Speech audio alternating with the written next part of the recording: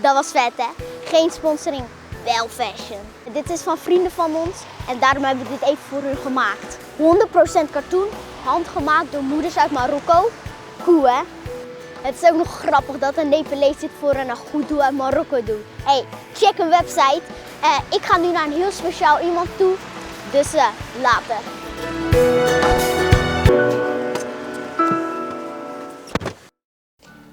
Ja, mijn naam is Jurski. Ik represent Turn It Loose sinds 96. Amsterdam represent ik ook, net als jij. En ik dans al 25 jaar. Ja, want jij bent eigenlijk voor mij gewoon een hele grote held. Want jij hebt me breakdance les gegeven. Dat zou ik echt nooit vergeten. Jij hebt ook mij het ritme op de beat geleerd. Dus daardoor kan ik ook nu gewoon super goed op de beat flowen. Dus daar ben ik heel erg dankbaar voor. Oh snap, heb ik nog nooit over nagedacht. Dus doordat jij hebt leren dansen kan je ook beter rappen bedoelen? Ja, zeker. Dope. Nice man. Goed, maar even over breakdansen. Breakdansen is een onderdeel van hiphop. Hoe heb je hiphop gevonden? Grappig dat je dat gelijk connect. Ik heb het inderdaad door hiphop leren kennen. Omdat, kijk, toen ik jong was, toen ik 10 was, toen had je allemaal van die modes bij ons gewoon in de wijk. En het eerste wat ik ontdekte was een skateboard. En dat was voor mij gelijk dat ik dacht, ja man, super vet. Weet je, ik vond die graphics die onderop die skateboard stonden, vond ik tof. En, gewoon en dat was bij ons op een soort pleintje, echt in onze buurt. Waar altijd iedereen in de zomer aan het basketballen was. En er was één muurtje waar je tegenaan kon tennissen en daar werd altijd graffiti op gedaan. En die gasten die graffiti schreven, die hadden ook vaak die Amerikaanse skateboards. En ik heb een oudere broer. En die had als eerste, die wist mij gelijk te vertellen, je moet niet een skateboard kopen bij Intertoys of bij Bart Smit. Ja. Wij noemden het Bart Shit. Want daar zijn die borden heel slecht. Het zijn een soort nepborden, je moet een Amerikaans bord hebben. Ja. Dus toen hadden we heel snel goede skateboards en toen heb ik 10 jaar lang geskateboard. En mijn broer schreef graffiti. Ja. En mijn broer die was steeds dieper in die graffiti aan het raken. En op een gegeven moment had hij documentaires gevonden van de eerste documentaires over New York en hiphop en hoe alles ontstond. En hij keek de hele tijd voor het graffiti gedeelte, maar ik zag ook mensen opeens breken. En toen bleek dat de jongen met wie ik skate, die had vroeger ook gebreekt en die zei, ja man, breken dat was echt tof. En ik zei, wow, dat lijkt bijna zoals skaten, van je kan het jezelf aanleren door goed te kijken. We kunnen onze eigen kleren dragen, weet je, er is niemand, je hoeft er niet voor op les. Dus toen ben ik, ik heb van 86 tot 96 ongeveer geskateboard. Dus tot mijn 19e. En toen ik 18 was of zo, zoiets, rond die leeftijd, toen begon ook in steeds meer videoclips. Ik keek de hele dag videoclips. Ik kwam terug van school en dan ging ik muziekvideoclips kijken, weet je, dat vond ik vet.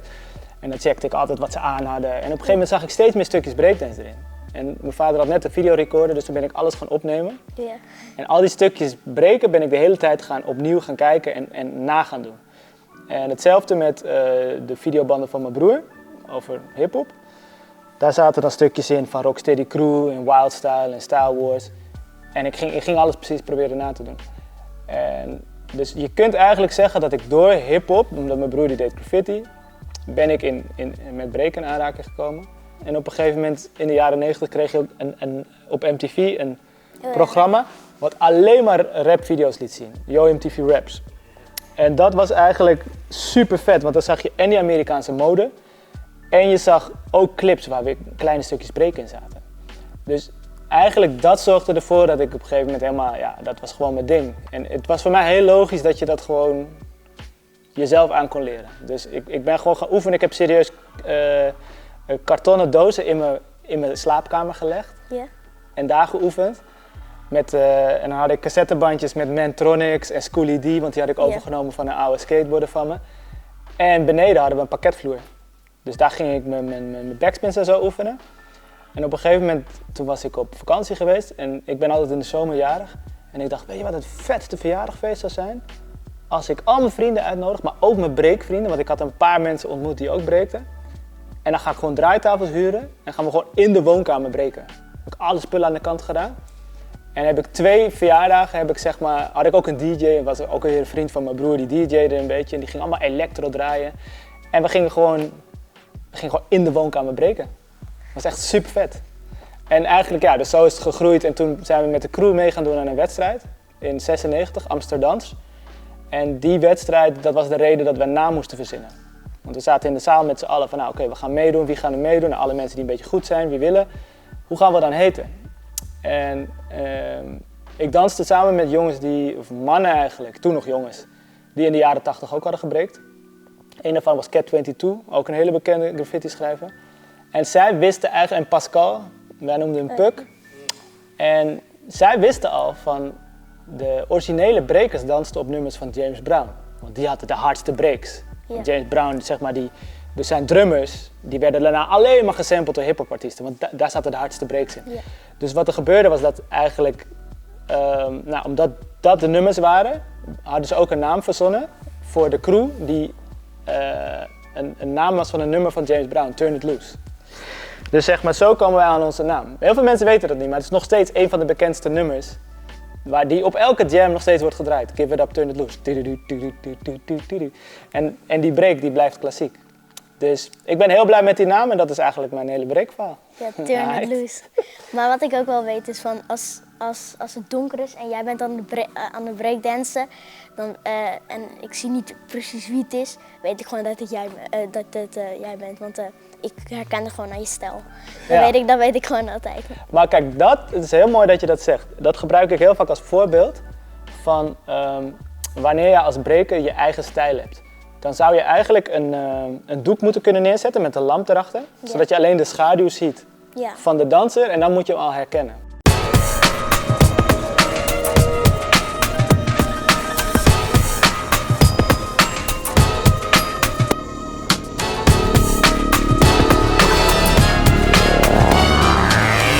Wat was eigenlijk jouw grote voorbeeld in breakdance?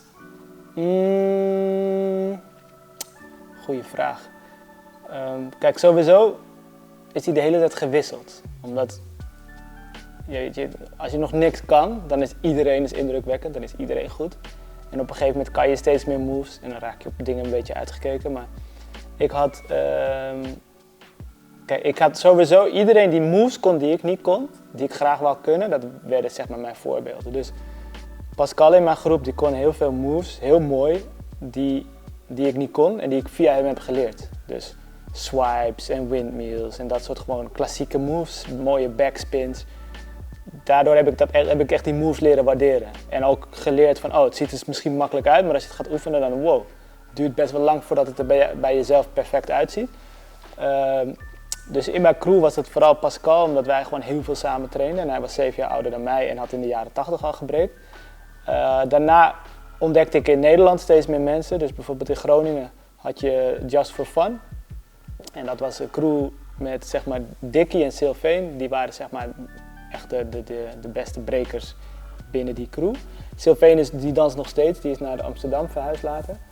En Sylvain is de eerste die bijvoorbeeld, waardoor ik besefte van wow, hij is echt aan het trainen. Hij komt met een tas en een handdoek en hij gaat trainen.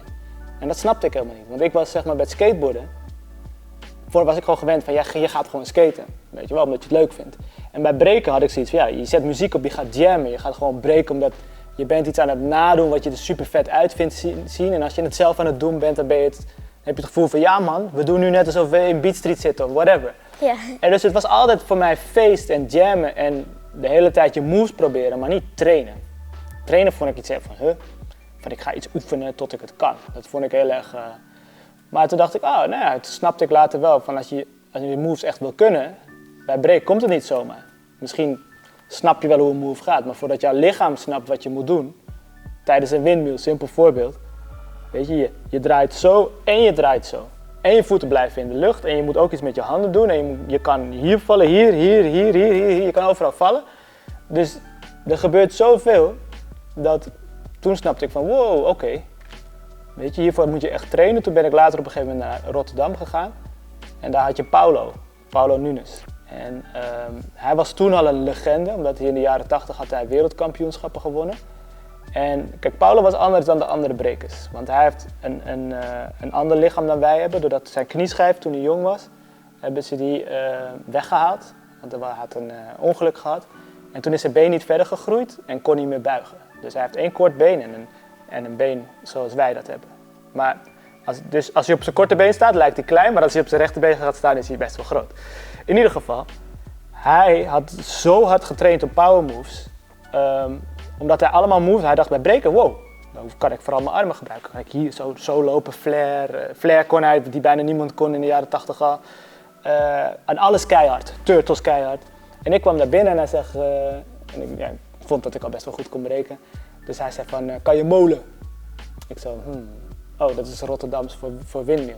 Ik zei, ja, die kan ik, want ik was best wel trots op dat ik die kon. Hij zei, doe de 10.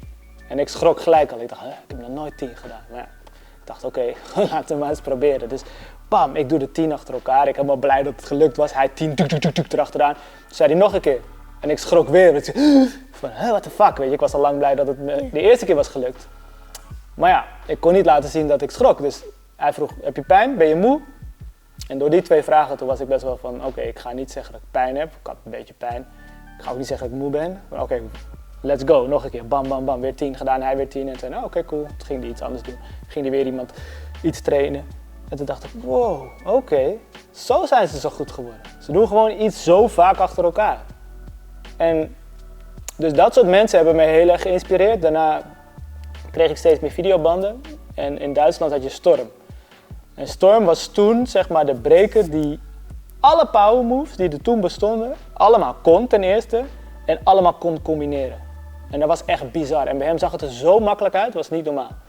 Dus ik heb zijn videobanden heel vaak gekeken om de vorm van mijn power moves beter te maken. En hij had een partner, Swift Rock. En die was eigenlijk weer het tegenovergestelde. Die was veel meer met character en het zag er allemaal niet zo perfect uit. Maar het was heel rauw en het was heel creatief. Dus zeg maar, dat was echt vroeger noemden we dat stijl. En je had powerbrekers en je had stijlbrekers. Powerbrekers, die hadden altijd hun benen helemaal recht en dan gingen ze zo bijna acrobatiek doen. En stijlbrekers, die hadden zoiets van, power moves is leuk, maar footwork, daar kan je laten zien wie je bent. Weet je, daar kan je variaties maken. Dus die balans, dat waren echt dan mijn helden. En dan later kwamen er steeds meer mensen bij waarvan ik dacht, wow, hij heeft ook een mooie stijl. Of wow, dat past bij hoe ik dans. Je weet toch, binnen hiphop heeft toch iedereen zijn eigen naam? Ja. Dus bijvoorbeeld, ik noem mezelf Jursky. En andere mensen hebben andere namen. Rappers hebben namen, graffiti mensen hebben namen. En kijk, bij graffiti is de reden dat je een naam verzint, dat je niemand mag weten wie je bent. Maar bij ons, ik denk bij rappers misschien ook, maar bij breakers voel ik het altijd alsof het je superheldennaam is. Ik zie mezelf soms als een superheld wanneer ik break, omdat ik dan dingen doe waarvan ik denk, wauw, dan kijk ik het terug en van, nee man, ben ik dat? Wow, kan ik zo snel draaien? En dan ga ik het slow motion bekijken. En dat klinkt heel gek, dat je je verbaast over jezelf. Maar bijvoorbeeld een salto is ook zoiets bizars. Dat iemand springt en hij vliegt zijn hele lichaam door de lucht en dan bam, en dan landt weer. Ja.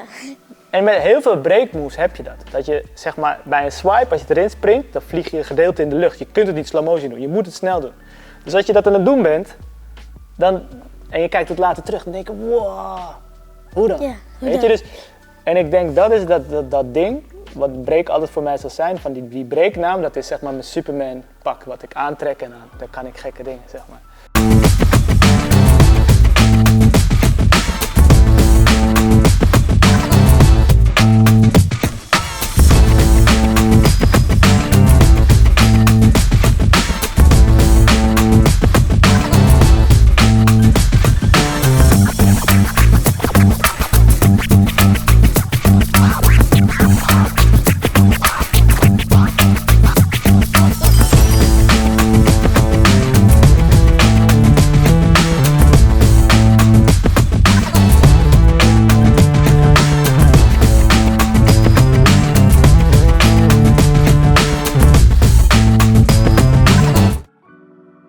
Er zijn 2 scènes in Beat Street die mensen echt altijd hebben gekeken. Nee, ik bedoel die scène dat hij dan zijn schoenen dan zo, Juist. ja, die. Ja, Die dat scène. is het einde van de battle. Ja.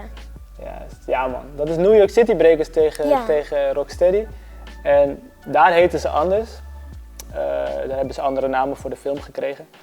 Maar door die battle hebben heel veel mensen, eigenlijk heel Europa heeft al die moves die je in die scènes zag, hebben ze allemaal geleerd.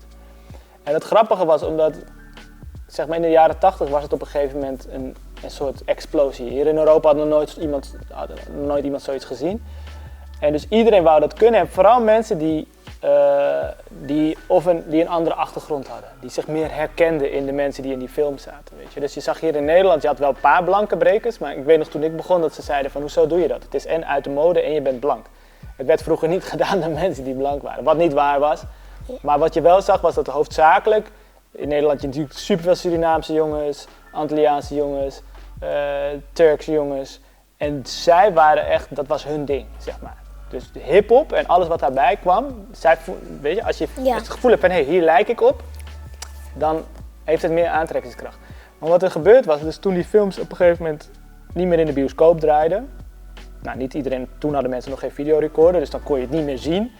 Het zat niet meer in videoclips en er kwam geen nieuwe informatie, want er was geen internet. Toen zijn heel veel mensen gestopt, want toen dachten ze er is geen informatie meer en alle moves die we gezien hebben, die kunnen we al. Dus dat is heel gek, dat eigenlijk in heel veel landen is toen op een gegeven moment door iedereen gezegd, ja, break is nu uit de mode. Nu gaan we met z'n allen de Running Man doen en weet je, toen kreeg je Kid and Play en allerlei andere soorten en er werd meer op swingbeat werd er gedanst. Dus je kreeg ander type dansers en als je nog naar de grond ging en ging breken, hadden ze iets van, mwah, dat is echt heel erg oldschool. Dus dat is super gek, want doordat dat gebeurd is, toen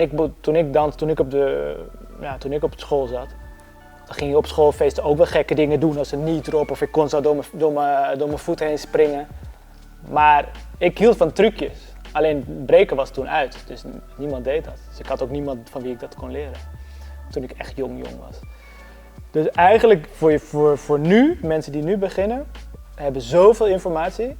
Dat je kunt gelijk het internet op en de beste brekers zien en opzoeken. Bijvoorbeeld, ik moest naar feesten toe, waar en rap werd gedraaid en er was de flyer was met graffiti gemaakt en er stond misschien graffiti binnen. En dus voor mij hoorde dat heel erg allemaal bij elkaar. En dan kwam ik ook met mijn outfit wat klopte, omdat ik wist, oké, die mensen daar die dragen dat ook en dat is vet. En dan zag ik weer iets vets en dan kwam ik er ook mee en dan voelde ik me helemaal alsof ik in een soort film was. Terwijl nu zie je dat mensen leren het meer in een studiootje of thuis oefenen ze het en dan een beetje in de zaal. En dan gaan ze aan een wedstrijd meedoen.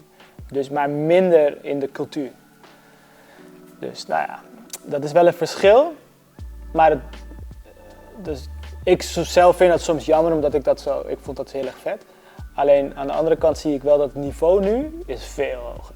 Vroeger waren het bijna alleen maar mensen die echt de doorzetters waren omdat ze wisten bijna niemand gaat het me uitleggen. Heel misschien ging niemand je uitleggen, maar meestal als mensen aan het trainen waren, dan lieten ze je gewoon met rust en dan moest je het allemaal maar uitzoeken. En er zijn niet zoveel mensen die dat tegen kunnen. Andere mensen hebben de instelling dat ze altijd als ze iets willen weten, gaan ze het aan iemand vragen. Maar de sfeer vroeger was niet echt zo. Je kon niet echt makkelijk op iemand afkomen, stappen en vragen of die jou zijn move al leren. Want zegt dat is mijn move. Weet je wel? Zoek het zelf maar uit. Kom maar met je eigen move. Er was een ander sfeertje. Dus nu heb je veel meer mensen die ook leren breken door les. Toen ik begon, vond ik het super logisch dat er geen les in bestond. Les. Hoezo les? Je moet gewoon met mensen gaan trainen die dat kunnen of kijken naar video's en dan, weet je, hoezo moet je op les? Omdat ik skateboarden had ik ook niet via les geleerd. Dus voor mij was het super logisch dat je geen les doet. En nu geef ik inmiddels al sinds 98 zelf les. Maar als ik heel eerlijk ben, toen ik begon met lesgeven, dacht ik, jullie zijn anders dan dat ik ben. Jullie komen op les, jullie komen me vragen. Weet je wel? Dus ik was een beetje raar met dat. En het heeft me ook best wel lang geduurd voordat ik snapte hoe je echt goed les kunt geven. Op de manier dat je mensen leert dat de dans van hun is. De dans is niet van mij. Ik doe de dans ook omdat andere mensen dat doen en ik heb hem van mij gemaakt.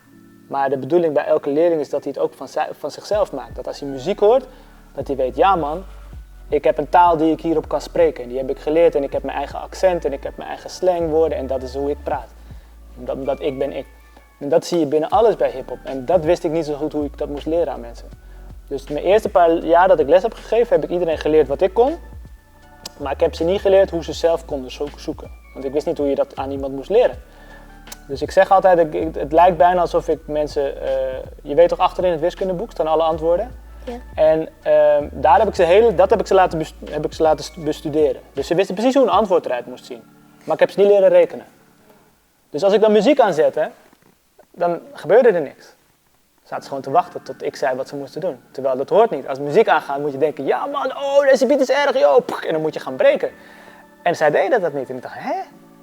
Oké, maar deze muziek wil je toch op bewegen? Maar ze waren zo gewend dat ze leerling waren. En dat ze moesten wachten tot ik zei wat we gingen doen die dag. Dat ik dacht, dit moeten we anders doen. Dus nu probeer ik mensen veel meer te laten zoeken en te freestylen. Ik leer ze basis, maar daarna moeten ze gaan knutselen en zelf van zichzelf maken.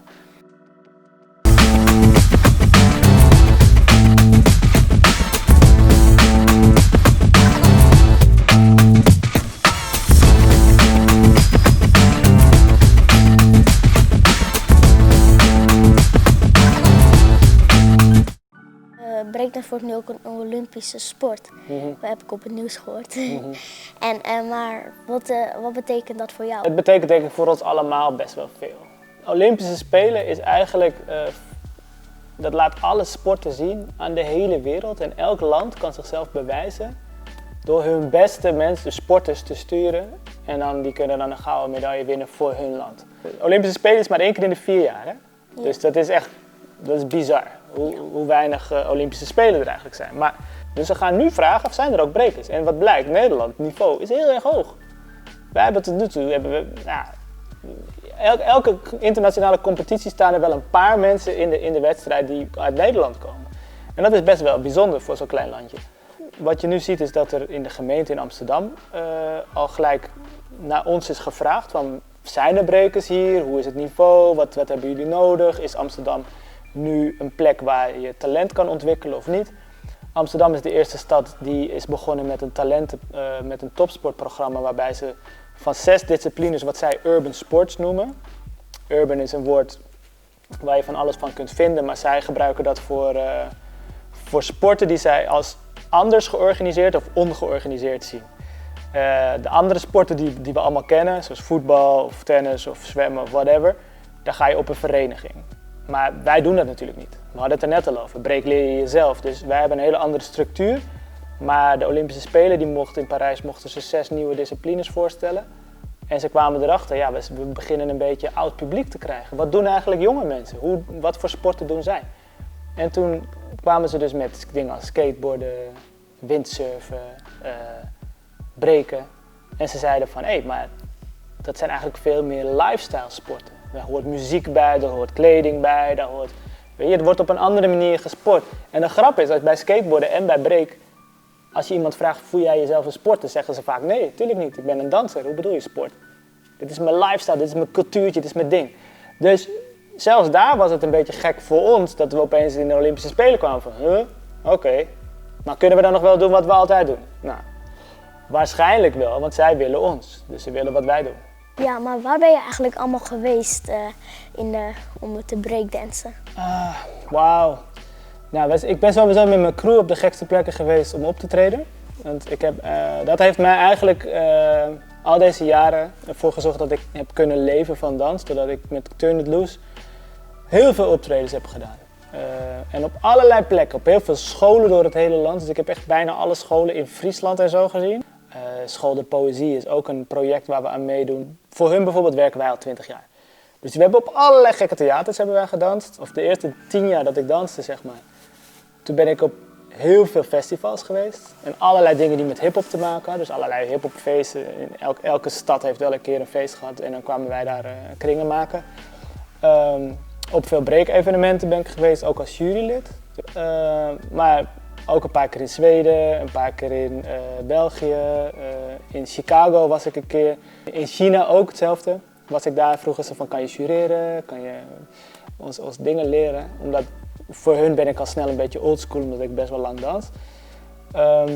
Dus dat is heel bizar. Als jij breekt en je deelt een passie, dan connect je met mensen met wie je soms niet eens de taal spreekt. Maar je spreekt zeg maar wel de taal van hiphop. Met Ish ben ik op een tour geweest in 2005. Waren we in Minneapolis. Kijk, de manier waarop hiphop in elkaar zit en break en hoe wij leren, wij kunnen allemaal van elkaar leren. Each one teach one. Bijvoorbeeld als jij een move kan die ik niet kan, kan ik het van jou leren. Ben jij opeens mijn leraar. En dat zie je bij een heleboel andere sporten niet. En dat vind ik zelf heel mooi. Plus dat omdat skills hetgene zijn wat telt, is het ook niet meer belangrijk of ik dure kleren aan heb, waar ik vandaan kom, welke kleur ik heb, weet je. Omdat wij delen, zeg maar, één passie en daardoor zijn we gelijk. En dan wordt alleen maar het verschil bepaald door wie kan wat, weet je. Dus dat vind ik heel tof. Dat breekt eigenlijk wat dat betreft, en andere hip-hop elementen hebben dat ook. Dat zijn een heleboel grenzen en verschillen die er eigenlijk niet horen te zijn, dat ze die weghalen. Heb je nog een boodschap voor mijn kijkers of wil je nog iets zeggen? Nou, sowieso volg deze man, want we gaan nog veel van hem zien. Hij is hard bezig met het perfectioneren van zijn craft. Dus dat sowieso. Verder een boodschap, ja, volg altijd je hart. Doe waar je blij en gelukkig van wordt. Want zelfs wanneer het uiteindelijk je nu niet kunt zien of het misschien je werk gaat worden. Stel dat het je lukt, dan ga je ook andere mensen blij maken. Omdat je zelf iets doet waarvan je gelukkig wordt. Dus weet je, volg echt je hart. Stop je tijd in de dingen waar je echt blij van wordt. En werk er ook hard voor. En dan geloof ik dat het allemaal sowieso goed komt. Plus, heb nooit haast in het leven. Weet je wel, we worden allemaal ouder. Ik had niet gedacht dat ik nu nog steeds zou dansen op mijn 43ste. Maar dat kan. En ik geloof wanneer je dingen doet waar je echt van houdt, dat je zeg maar ook jong blijft van geest. Dus ik dans bijvoorbeeld mijn stress eruit. En ik speel eigenlijk nog steeds als een klein kind. En dat is een andere laatste boodschap van we stoppen niet met spelen omdat we oud worden, maar we worden oud omdat we stoppen met spelen. Aight. Ja man. Dus dat. Ja. Cool. Volgens mij is het nu wel 4. Bedankt voor dit interview. Ja toch? Ja, tof jongens. Ja. Aight.